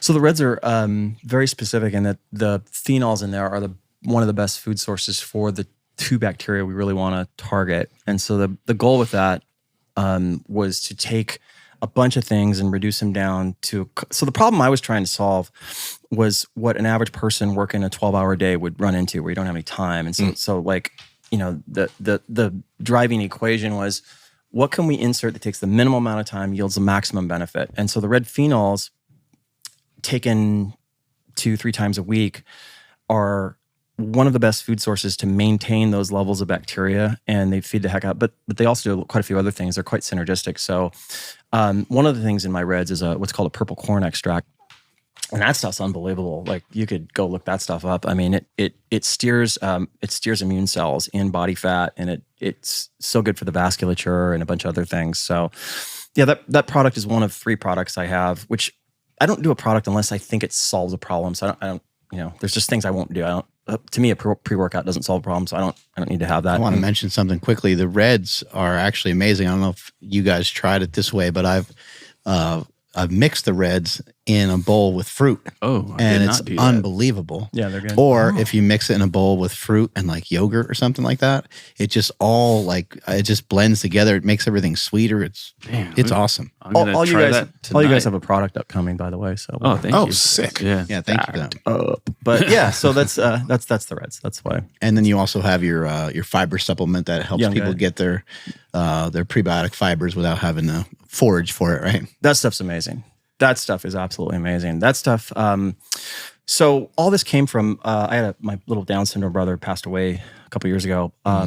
He was really, really sick back in 2019, and none of this stuff existed. So I had to cobble a bunch of things together. And one of the things was baby formula, which had these human milk oligosaccharides in it. And so when my book came out, I didn't want to be that dude who's just trying to capitalize on a book, So it took me a couple years. I did other things first. One was courses, which would subsidize the stuff. But when I finally did come out with one, what really made it was there's a resistant starch in there, and this stuff is freaking amazing. There's research on this stuff showing just that resistant starch will increase akromansia 300%, just that. And so the combination of the resistant starch and the HMOs in that product, like there's very few products like I notice immediately. That product, immediate impact on bowel movements. Like I just noticed they're just much smoother, and it's like immediate with that product. So, and I don't, the crazy thing is I only recommend once you've done the gut reset, take it once a week, take it twice a week just to maintain. So supplements will get you pegged. Can you get your stuff on Amazon, or do you have to get it from your website? We're just putting it on Amazon even as we speak. I think it'll be there. Like everybody listening, go to people's websites. Okay. Yes. As much as you can. Yes. Screw Amazon is evil. Oh my gosh. Evil people. Yeah. Awful. Oh shit. But no, it's just a better way to support anything. You know, sometimes you go to some people's. He has a good website, but some people's websites are kind of trash, and then you're kind of forced to go to Amazon to utilize it. But so I learned a hard lesson just real quick in 2009, and I built this. I built my original website just based on content, which was fitness content, and I at one point was ranked number 2 in Google for weight loss. Like I was only WebMD was above me, and then one day they came and made this change, and like literally hundreds of thousands of dollars and years of work went away. And from that, I kind of learned like I'm never going to rely on these platforms. Like I'll build my business outside of that, and then when it's nice and stable, I'll add the platforms. But I'm never going to depend on these platforms because they can just take your life away in a day, and there's nothing you can do. Absolutely nothing you can do. Yeah, they can take your YouTube channel. Oh my gosh, that's right. You guys made it through. they shut us down. But we're back. You guys are a one in a million. You got to get it back. Yeah. Thank you, Jorge. Yeah, for real. Yeah, I had other people try to get theirs back, and what Jorge said was, he goes, "Just tell them they're not Mark Bell." Like I should be able to get mine back. You know, you got yours back, and he said, "Tell them you're not Mark Bell." So I was really grateful for Jorge helping us out. But no, he actually did help a couple other people out, but there's a few he wasn't able to help. That was impressive. Strength is never weakness. Weakness is never strength. Catch you guys later. Get pegged. Bye.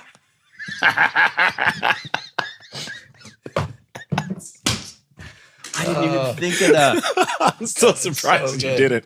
I thought for a second when you said you didn't think about it, I thought you were joking. But the fact that you were serious is the funny choice. Oh my gosh.